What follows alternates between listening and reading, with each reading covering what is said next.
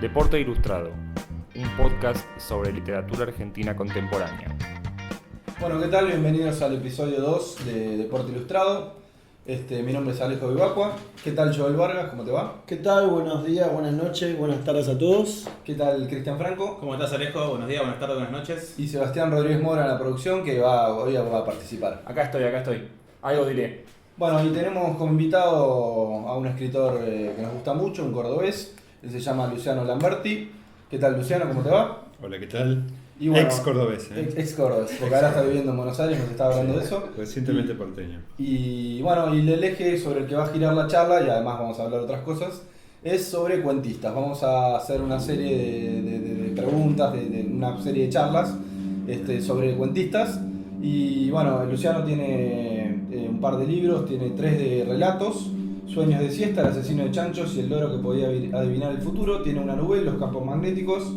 Y acaba de editar una novela su primera novela por Random House Mondadori, La maestra rural, que también vamos a estar hablando de eso. Y tiene libros de poesía también. Y bueno, la primera pregunta que nos surge, Luciano, para hablar un poco de cuentistas de tus inicios, es qué autor, qué cuentista cuando lo leíste en tu niñez o adolescencia te voló la cabeza, digamos, a nivel de que notaste que había algo diferente. Puede ser cuentista en general, ¿no? Yo creo que el primero que me sirvió como nexo entre la literatura infantil y la literatura para adultos fue Ray Bradbury, digamos. Yo nunca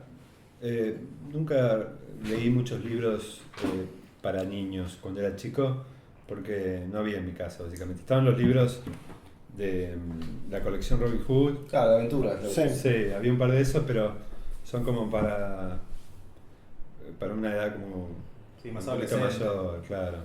Sí, Ray Bradbury lo cita mucho, es un autor para iniciarse perfecto. Claro, Bradbury, yo lo leí Bradbury, ahí en ese, qué sé yo, no sé, a los 9 años, ponerle que ese paso de una lectura a otra, de la cosa más infantil. Antes había leído la Biblia para niños, que es una cosa espantosa, llena de unas ilustraciones del diablo. Que con alguien hablé de eso y me dijo que también lo había leído, que es una Biblia que hizo en español en 3 tomos, con unas ilustraciones aterradoras. Yo soñaba todas las noches con esas ilustraciones. Pero me sirvió para leer la Biblia o enterarme de qué pasaba, digamos, y estuvo muy bueno porque es como una narración épica impresionante, ¿no? ¿Y venís de una Después- familia lectora o...? No, mis viejos son carniceros. Claro, sí, tu viejo. Leían, qué sé yo, leían cosas que leían revistas, selecciones, ¿viste? Esa clase de cosas que también leía de chico, ¿viste? Y después mis tías me regalaban, qué sé yo, una me regaló Robinson Crusoe, una versión adaptada para evitar el canibalismo más extremo.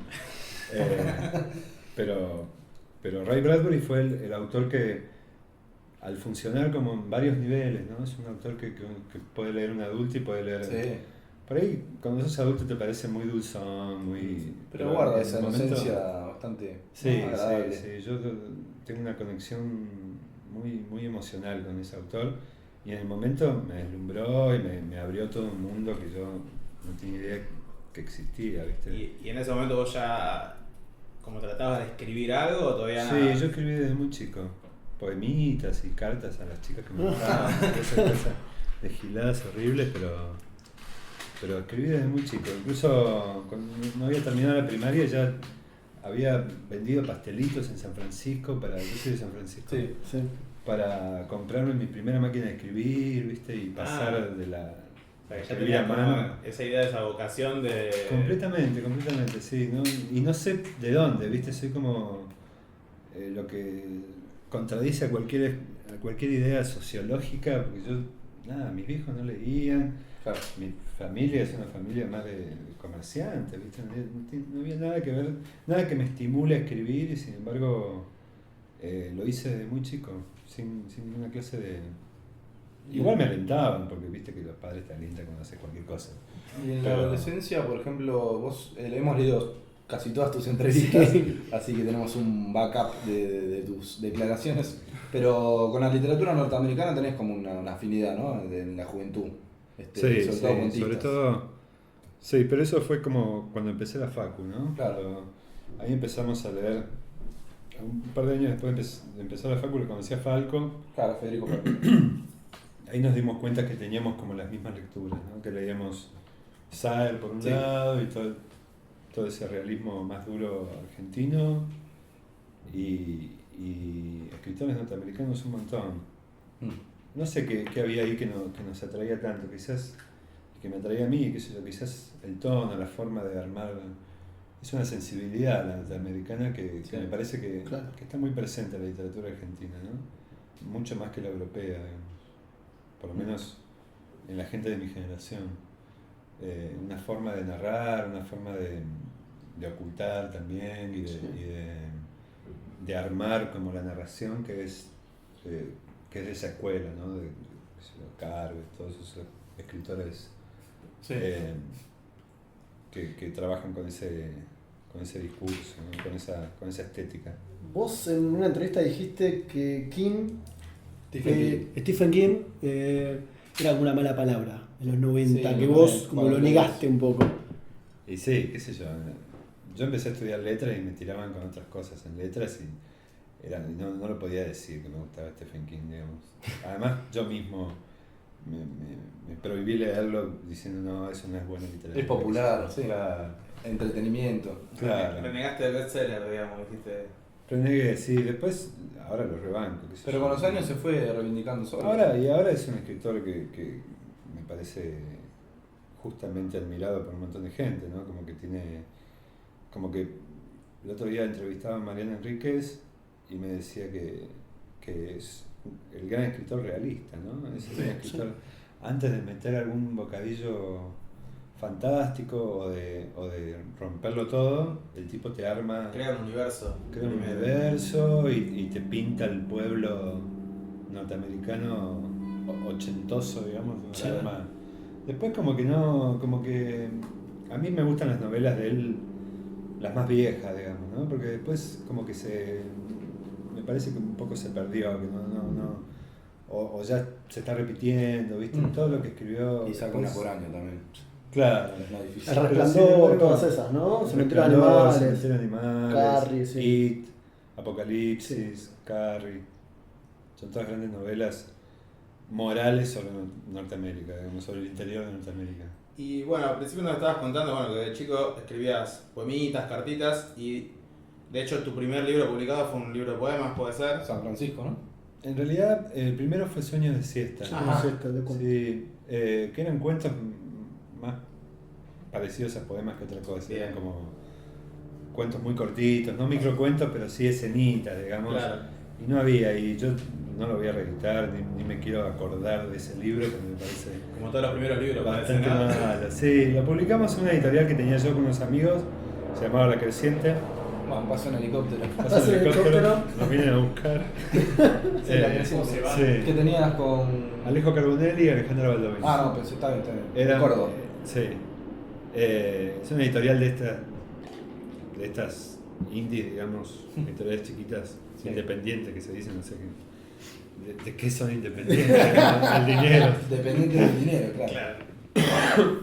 Y ahí publicamos mi libro junto al de Cookie, que es una poeta cordobesa impresionante, artista también, astróloga, una persona divina.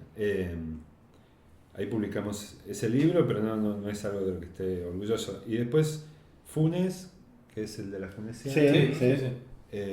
me ofreció publicar un libro de poemas y ahí armé...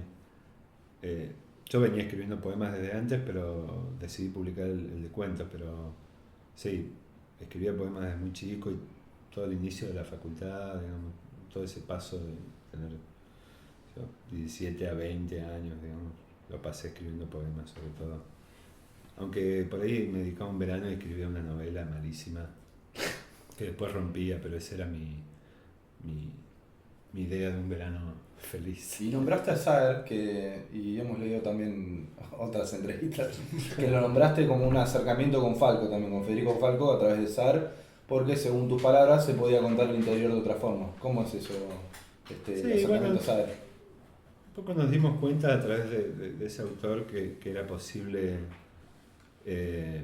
contar de lo lo que vos habías vivido, de lo que te había pasado sin caer en el regionalismo, en mire qué lindo es mi país paisano, esa cosa. El porteño céntrico, de ver el interior como que son todos buenos. No, exacto. Sire es un animal, es probablemente uno de los 3 escritores argentinos, ¿no? Como, que rompía con esa idea, experimentaba y trabajaba mucho Faulkner, que es un escritor que también nosotros flasheábamos con él, digamos. Toda esa cuestión como de la conciencia que trabaja Faulkner, pero de un modo mucho más salvaje que Joyce, ¿no? Él toma el monólogo interior de Joyce, pero lo vuelve mucho más salvaje, mucho más brutal, ¿no? Y a la vez más pop, digamos, como que Joyce es muy radical y él lo vuelve de alguna forma más entendible, aunque o sea, hasta qué punto es entendible Faulkner, qué sé yo, hay que dedicarle. Es uno de esos escritores que se leen a los 20 y pico porque demandan mucha energía, ¿no? Como Sire también. Claro. Yo ahora lo releo y me gusta, pero no me leo una novela entera de Sire porque me da mucha fiaca, ¿no? Como que... Y te has referido en entrevistas también al estilo. Justo antes de que venga estábamos leyendo una entrevista que estaba bueno lo que decías, que vos también das taller, sos tallerista, y les decías a sus alumnos que el estilo es una forma, no tiene que interrumpir la historia, digamos. Vos creés en la narración de historias antes que el estilo, pero también hemos coincidido que vos tenés un estilo bien marcado. Y por eso me contrasta con lo de Sar, que sí tiene un estilo bastante...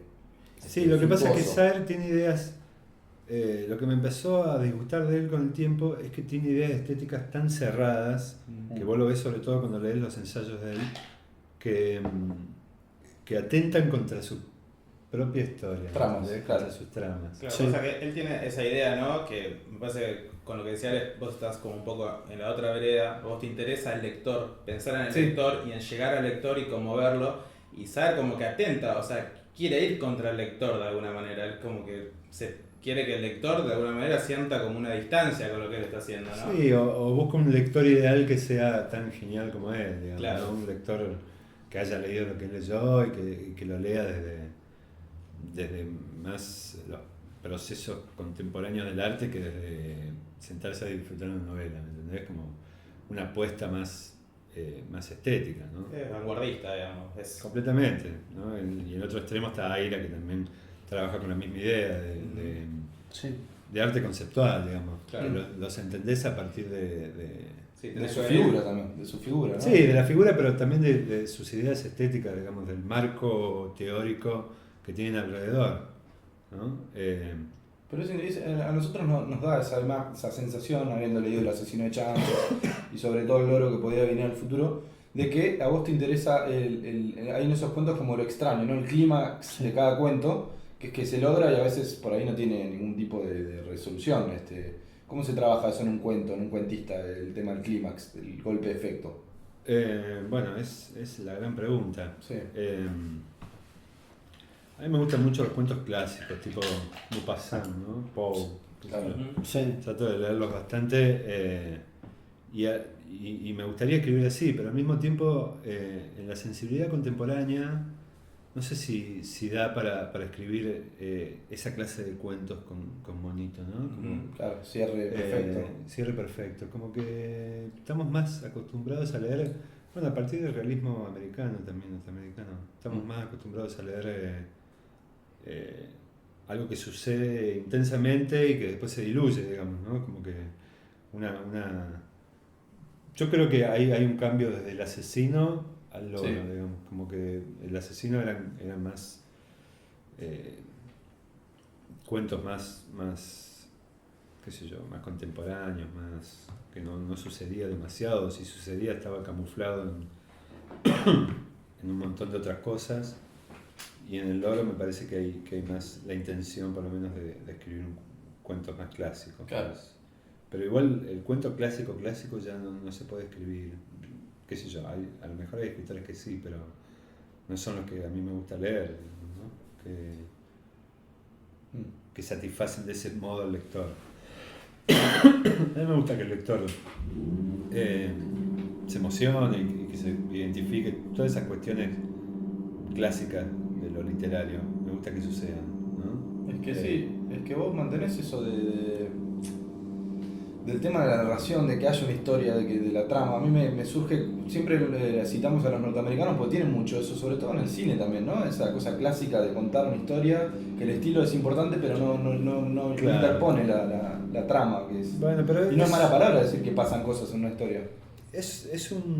Me parece que es un punto, hay que lograr un equilibrio ahí, ¿no? Como con todo, qué sé yo, hay escritores como Roberto Bolaño que es un puro estilo Sí. y a la vez cuentan Sí, la a la historia, vez, ¿no? sí, sí. Y la cuentan de modo magistral.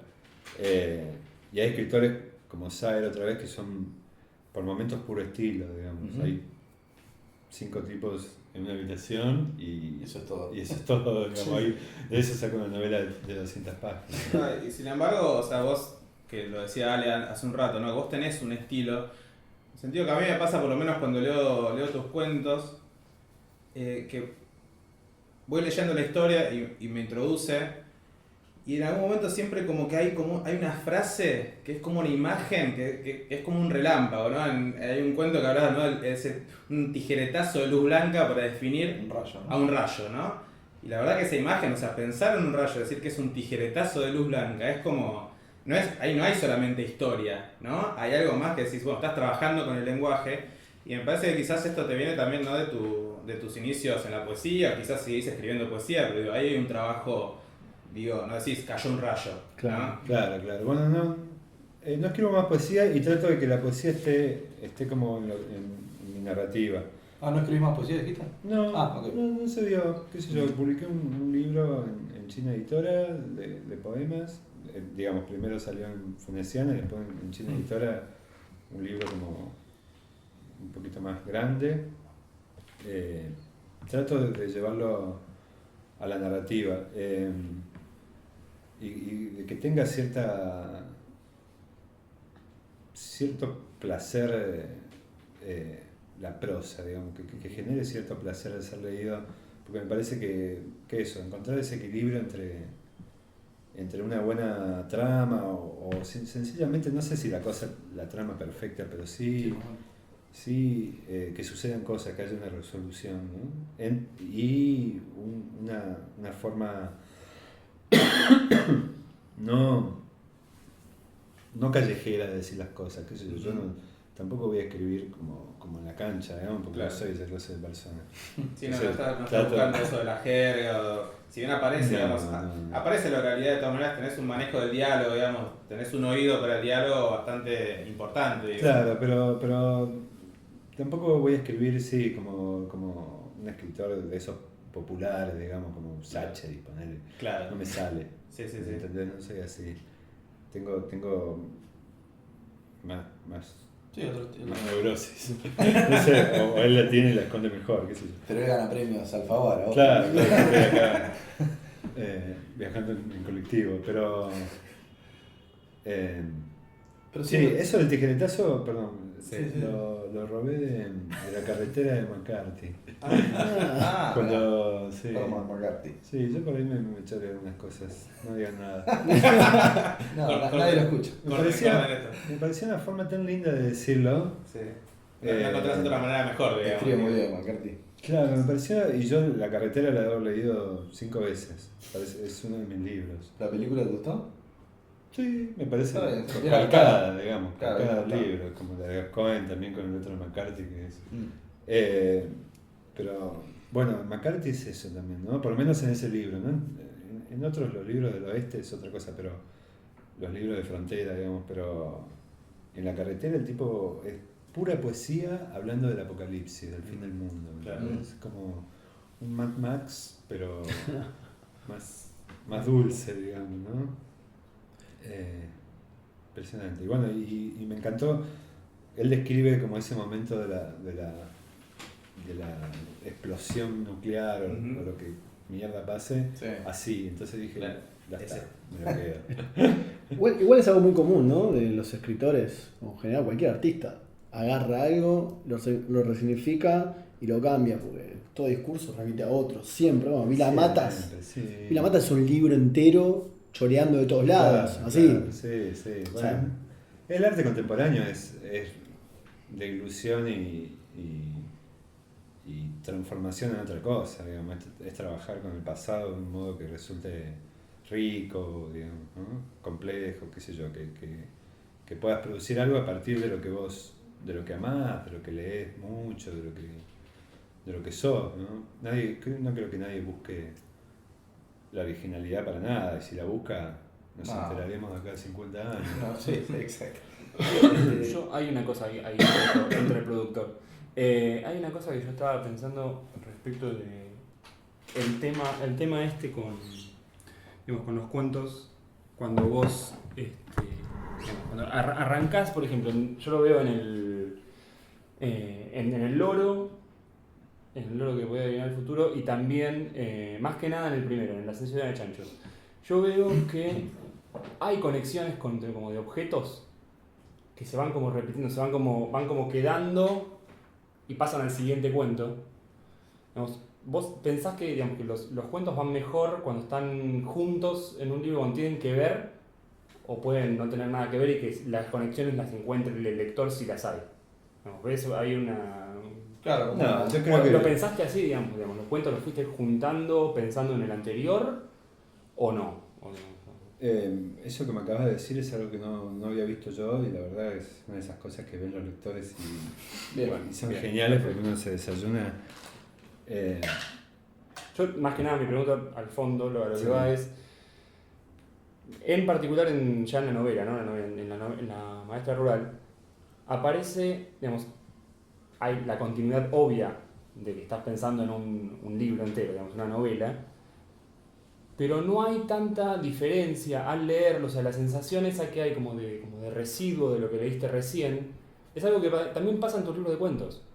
Eso es lo que a mí me llamó la atención. No sé si específicamente vos, digamos, no fuiste consciente de eso, o en algún momento alguien te lo cantó y te dijo, che, poné este cuento después de este, Claro, tiene que porque ver con funcionan mejor. No, el orden lo armo yo en general de los cuentos. No, mis editores, digamos, no se meten en eso.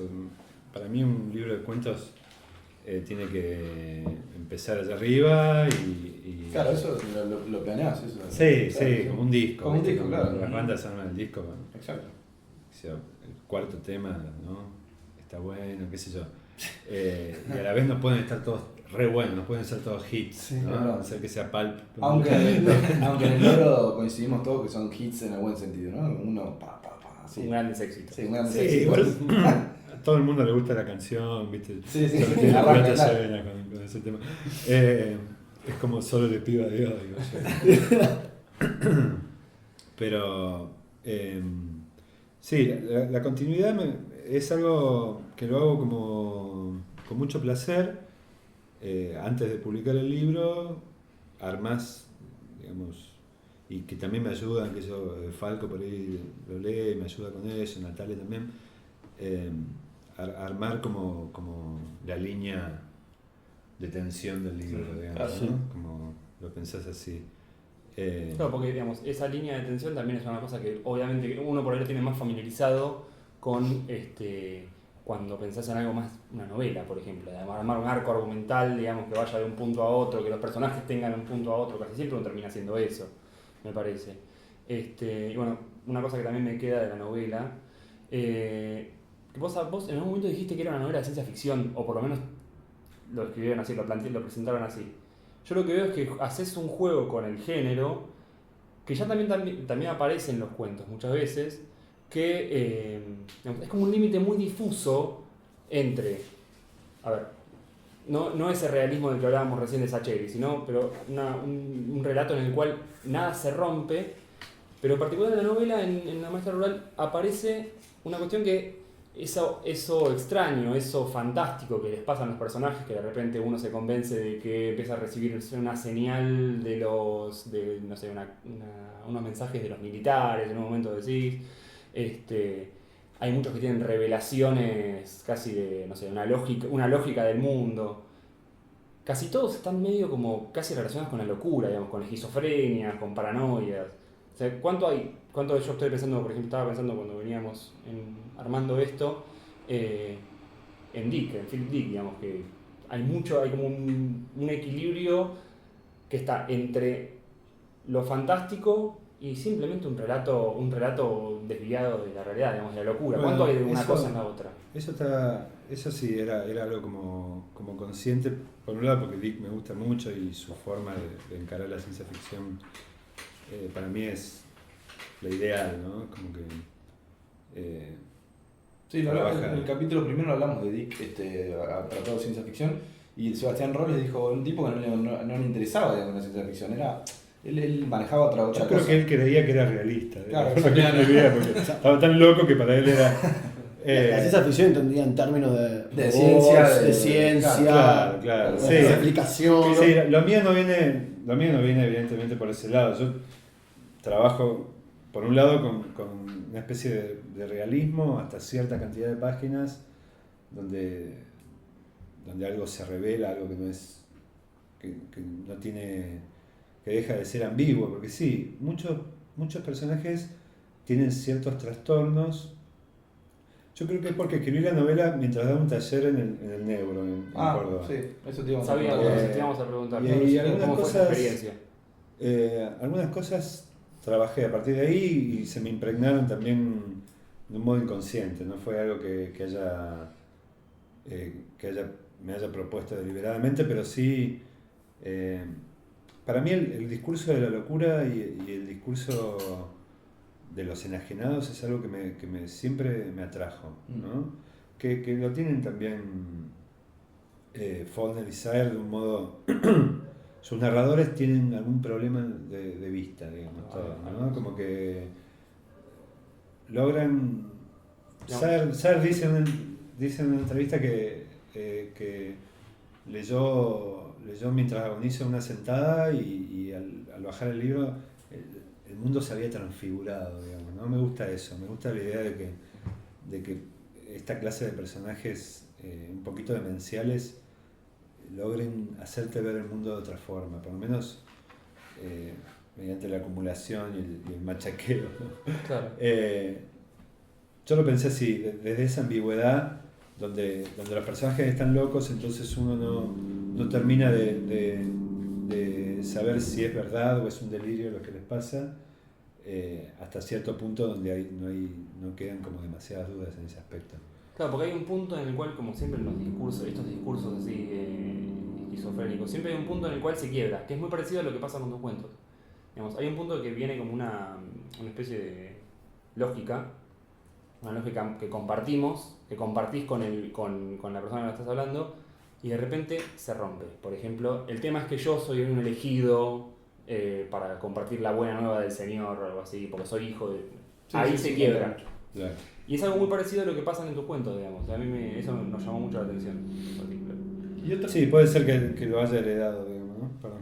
No, lo que quería decir rápidamente es que lo que te preguntaba antes, fuera del aire o como se llame esto, era que al escritor que escribe fantástico o algo, un ramalazo de fantástico, lo que fuere, se le pregunta todo el tiempo por el realismo y no es al revés. Claro. Al realista no se le pregunta por lo fantástico. Nada, y es que siempre esa ganas de hablar de lo realista, ¿no? Yo siempre cito a... Bueno, en mi caso me lo preguntan porque el primer libro es realista Sí, claro. y les llama un poquito la atención que después... Aunque hay un cierto... Es un realismo, sí, del transfigurado, realismo psicótico, digamos, no sé. Mientras no digamos mágico. Claro, no. No vuela nadie. Perdón. No, y el tema de que al escritor que escribe intenta escribir otra sí. cosa se le pregunta por lo Sí, por lo realista. yo siempre cito a Milhauser que dice que... Steven Milhauser, Milhauser, sí, que dice que los escritores de ciencia ficción tienen que nutrirse, o fantástico tienen que nutrirse de escritores realistas para darle... Porque si uno piensa, es en cierto punto escribir desde el fantástico, desde la ciencia ficción es más difícil, porque del realismo uno lo tiene servido, el contrato es muy fácil, pero para escribir fantástico tenés que hacer surgir, tenés que volver creíble, verosímil, ¿no? Y eso se vuelve cada vez más difícil a partir de la historia de la literatura, qué sé yo, vos ves a Maupassant otra vez, o Poe haciendo algo fantástico y como que era más fácil. Hoy estamos más acostumbrados a lo que pasa con el terror, estamos más acostumbrados a esa clase de géneros y somos más escépticos en ese sentido, ¿no? Entonces, no te asusta lo mismo que les asustaba la casa oscura, digamos, que les asustaba a los del siglo XIX. Lovecraft. ¿Entendés? Sí, Claro. Hoy en día no sortería. Somos más duros en ese sentido. Y para hacer surgir lo fantástico, otra vez lo que hace King, ¿no? Tenés que tener una base realista, creíble, ¿no? O por lo menos que el lector sienta que está en un mundo más o menos reconocible, Claro. antes de darle el... Lo que hacía Cortázar también, que es un escritor, que es una mala palabra también, pero Sí. yo lo banco a morir, que Sobre todo planteaba sus el cuentos, fantástico, ¿no? sí, Sobre todo sus planteaba el cuentos. fantástico a partir de lo conocido, de qué sé yo, de provincia de Buenos Aires, ¿entendés? Era algo, Claro.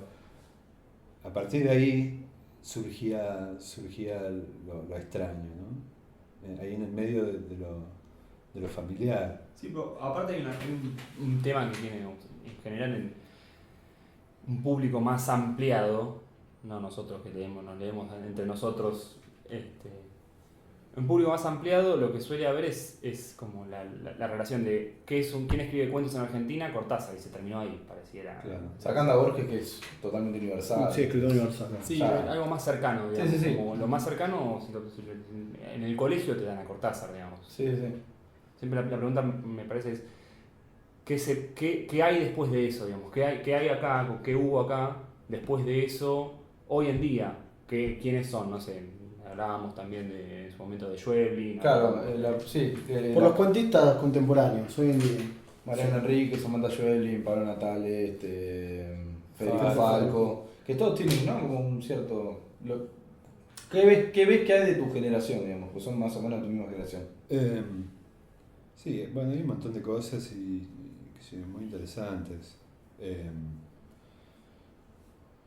Yo escribí me invitaron a una jornada sobre Cortázar y me preguntaron qué había dejado Cortázar precisamente en las nuevas generaciones. Y a mí me parecía que yo lo que escribí fue que los herederos de alguna forma, voluntarios o no, eran Mariano Enríquez por su tratamiento del realismo Sí. versus lo fantástico, Sí. por lo menos en el libro anterior. En este es mucho más Los peligros de realista. Claro, en los peligros, en de este fumar en la cama.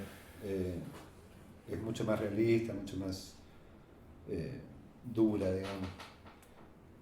María Enrique Samantha Schweblin, ¿no? que para mí ella invierte los roles. Schweblin trabaja, la gente quiere salir de lo fantástico, la gente está en un mundo extraño del que Claro. quiere salir, ¿no? Sí. Es es muy inteligente en ese sentido, trabaja como la inversión del género, ¿no?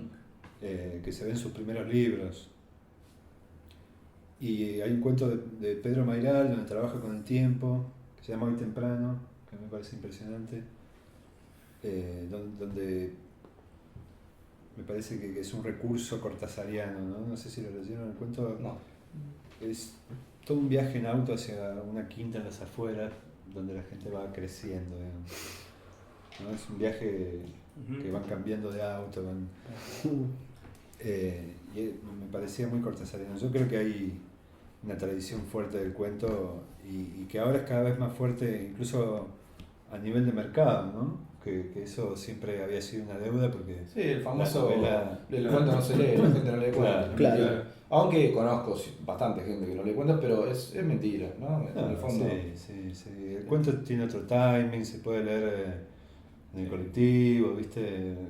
O en el baño, qué sé yo, es más como un poema. Mm, Y yo creo que hay En el público para cuentos. sí. Sobre todo a partir de estas antologías que se empezaron a hacer, ¿viste? Sí. Libros para No es un la lector ducha. más... Suena feo, pero entrenado, ¿no? Como más lector, ¿no es el de cuentos, me parece? Porque en general no me da una idea. Sí, así es como- un lector que sabe que en un cuento puede haber igual o más densidad que en una novela, Claro. ¿no? Te querés una preguntita con el tema de la reescritura. O sea, hay varias ediciones, varios cuentistas que vuelven a editar otra vez los libros que lo van reescribiendo. Un caso paradigmático es el de Borges, que volvió a reescribir varios de sus cuentos.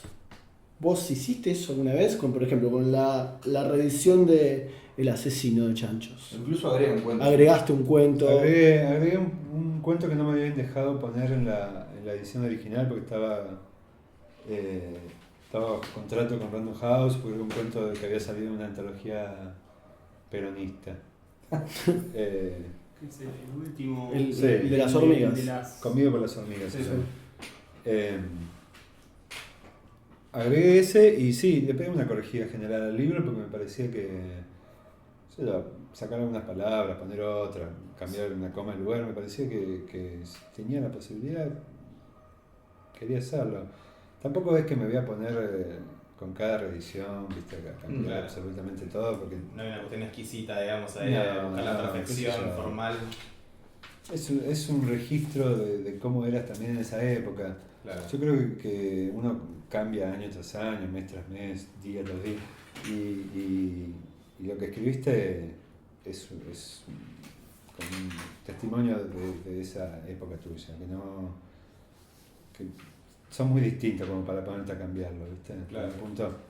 Y eso que decía de la escritura, de cómo uno está, ¿no? También hablaste en algún momento de lo autobiográfico y de los escritores, ¿no? Que como que quieren ir a lo autobiográfico como si fuera que todo texto que en realidad uno escribe, aunque no esté contando su vida, es autobiografía.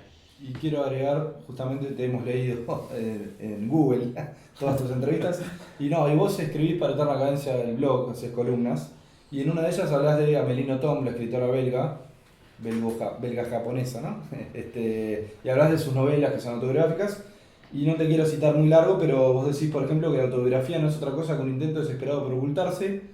Dice, porque ¿qué es más autobiográfico que un estilo, una forma de ver el mundo, una escena, bla, bla, bla?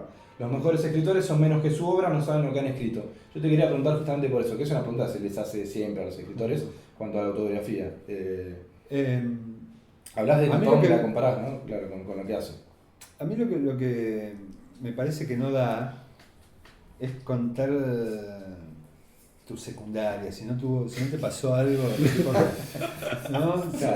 Algo terrible, o algo realmente... Claro, a menos que no sé, iba justo al secundario que estaban las Torres Gemelas cuando se Claro, casaron. algo así como que no...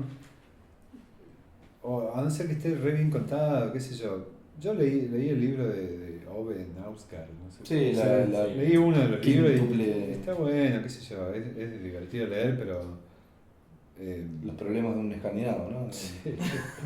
Pero no sé si a mí como autor me interesa mucho más esconderme, digamos, Claro. aunque vaya a poner un montón de cosas que me pasaron y yo lo que hablo ahí es un poco que vos cuando escribís pasás el mundo a través de tu mente, digamos, para ponerlo ahí en lo que escribís, y siempre ese filtro lo va a modificar y siempre vas a usar escenas que viste, aunque estés escribiendo sobre extraterrestres, vas a usar el extraterrestre va a tener va a ser un poquito parecido a tu tía, digamos. Pero va a ser parecido a tu tía y también a la vecina, va a haber como una suma y no es que o sea, si no tenés una vida muy interesante, no sé si está bueno Es bueno esconderse. escribir. Para que parezca interesante también. Yo banco a la ficción, qué sé yo. Ahora está. Aguante la ficción. Te hago una pregunta medio pava de eso, que noté en varios cuentos, que no sé si tendrá que ver con tu biografía, por eso te lo pregunto. Sí. Pero aparece la sodería en varios momentos. ¿Eso tiene algo que ver con tu biografía? El tema de la sodería y de cómo usas eso en varios momentos, en varios cuentos. Lo uso en varios. Sí, no te diste cuenta. No. En el loro, por ejemplo, el loro que podía venir en el futuro, cuando el loro empieza a funcionar, decís que suena como una máquina que carga soda. Ah, puede No. ser. Me mandaban Después- mis viejos a cargar soda. ¿no? Mirá. Y había todo un mito de que se reventaba el sifón y le sacaba el ojo a alguien, ¿viste? Cuando eran sifones de vidrio. Y entonces me debe haber dejado muy, muy impresionado eso en mi infancia, ¿viste? Claro. Yo creo que de ahí viene el 99% de lo que uno escribe, digamos, de la infancia, de la no sé cómo se llame lo que le sigue después y que no es adolescencia, pero Pubertad, Juventud, sí. pubertad. El abismo, Sí, sí. el infierno de la adolescencia. Entonces, claro, el infierno de la adolescencia, yo creo que de ahí viene. Y estas cosas barriales, digamos, como que me deben haber impresionado mucho. Por eso se repiten, qué sé yo, como si me estuviera haciendo un guiño a mí mismo. Y a la gente que te veo, conoce. Claro, que vivió mis experiencias. Pero bueno, lo que yo trato es precisamente de hacer, de no ceñirme a eso, digamos, ¿no? Si no, los libros se transforman como en una serie de guiños a, bueno, sí, A los amigos. vivimos en los 90, lo que pasaba, rebobinamos los TDK con la lapicera, siempre lo mismo, ¿viste? Como que... No vi internet. No internet, ¿cómo nos comunicamos? Hay que llamar a la novia. Sí, la famosa Hablar con novela de el papá. generación. Claro, como que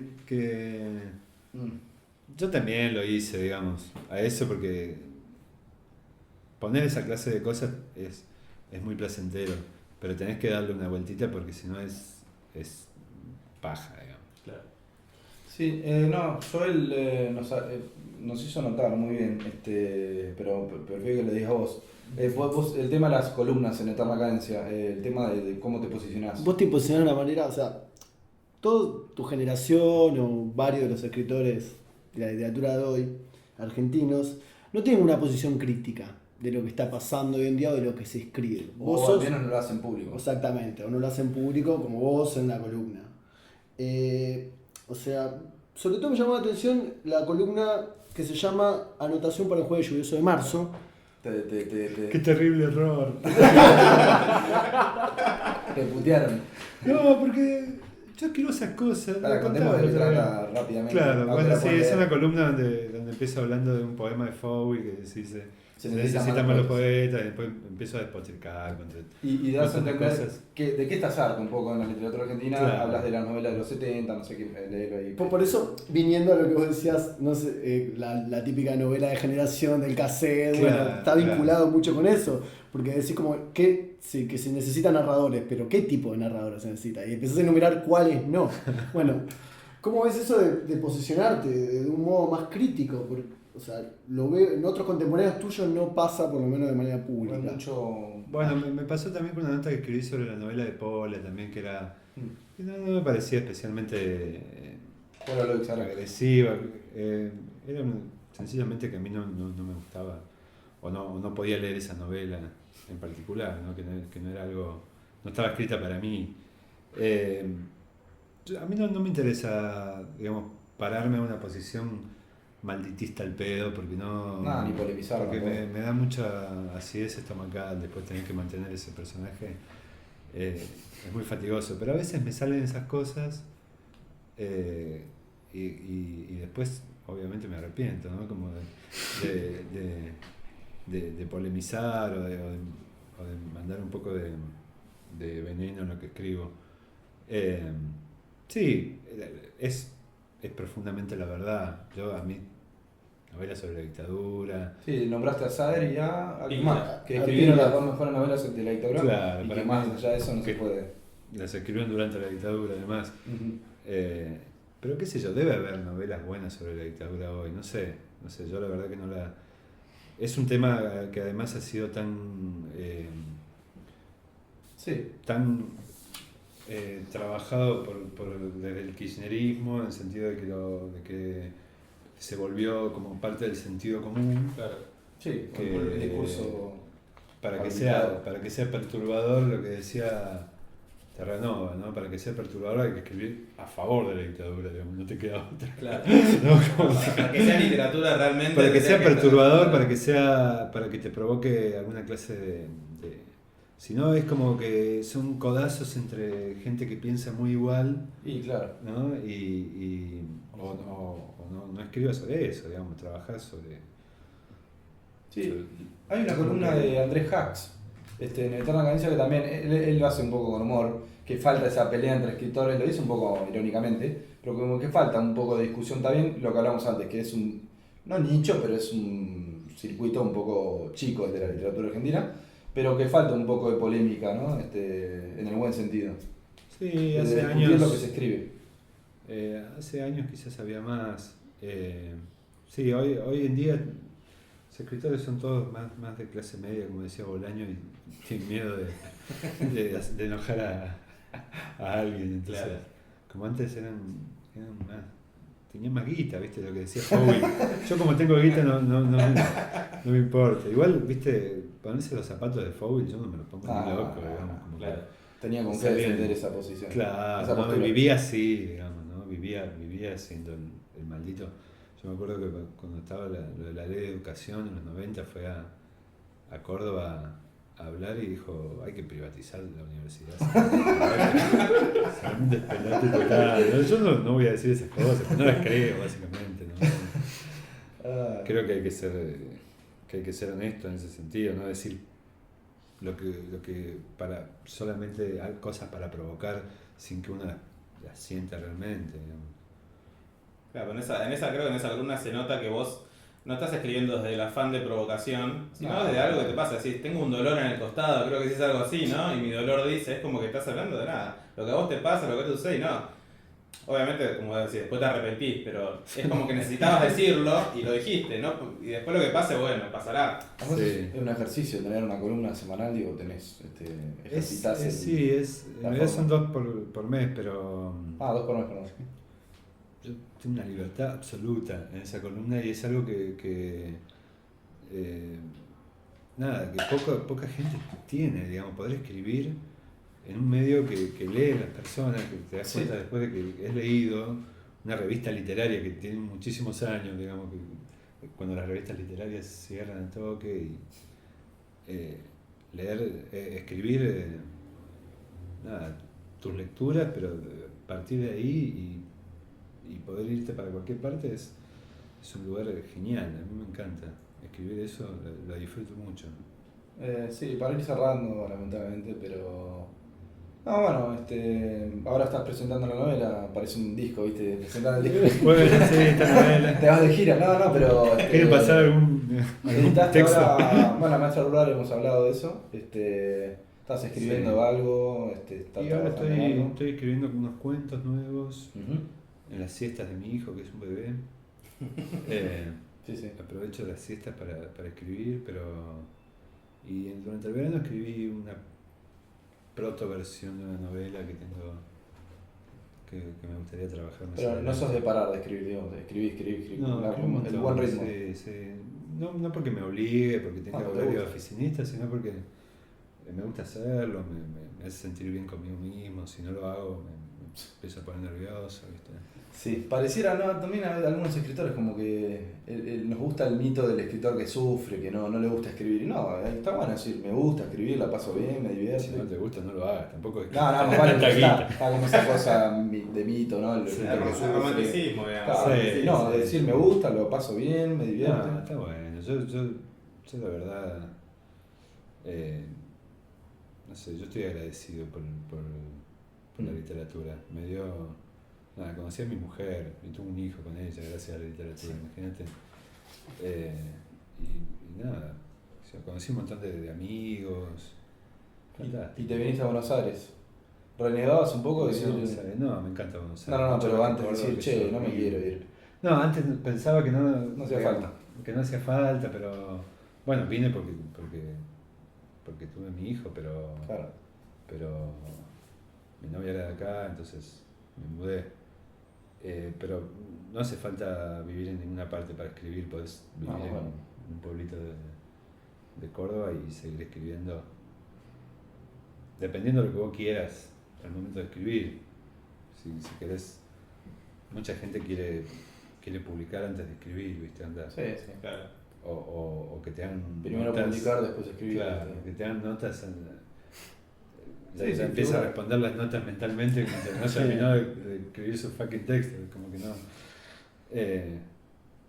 Pero podés escribir desde cualquier parte. Nosotros desde Córdoba, nada, teníamos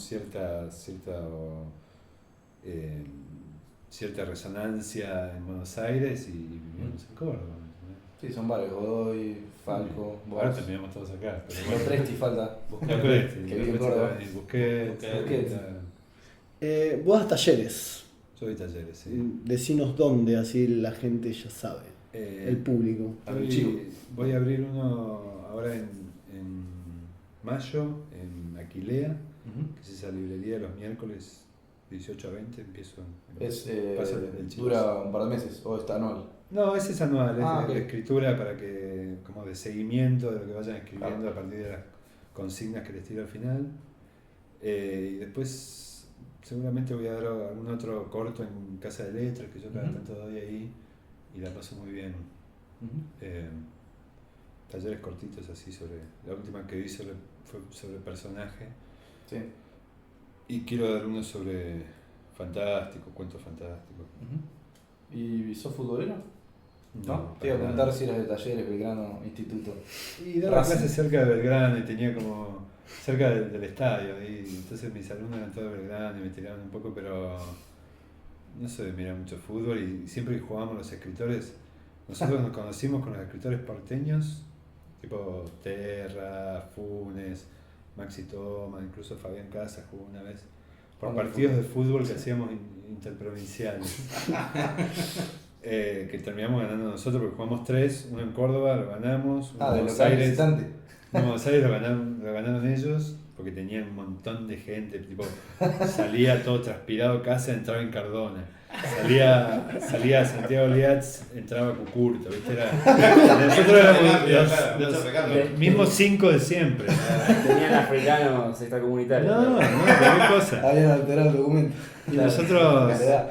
y yo era arquero, digamos, porque es Claro. lo único que puedo hacer, pero ¿Y el desempate quién lo ganó? Ustedes. lo ganamos nosotros en Rosario. Terreno neutral. Muy bien. Terreno neutral, lo destrozamos. Llevamos a Javi Quintá, que era gran jugador, no tan hecho mierda como el resto. Con Sí, ese- acá en esta mesa están fumando todos, muchachos. Claro, ¿de qué estamos hablando? Bueno, vamos terminando, ¿no? ¿Qué les parece? Bueno, gracias Luciano por venir. Bueno, gracias a ustedes, la pasé muy bien, fue muy cómodo. Sí. Vengan, que los escritores vengan todos. y Disculpa por la el pasen bien café, como yo. el café en saquito, que no es lo mejor, pero... Se la banco. Y bueno, decimos el Twitter de Deporte Ilustrado, es @depor ilustrado, una sola vez, Depor Ilustrado. Y bueno, esto fue todo. Cristian, gracias. Muchas gracias a todos ustedes, a Luciano principalmente, la pasé hermoso, como siempre. Bueno, vos, Seba, ¿qué tal? No me quejo, como dijo en su momento el señor. No, muy bien, muy bien. Bueno. Muy bueno. Esto fue todo. Síganos. Hasta la próxima. Dale, chao.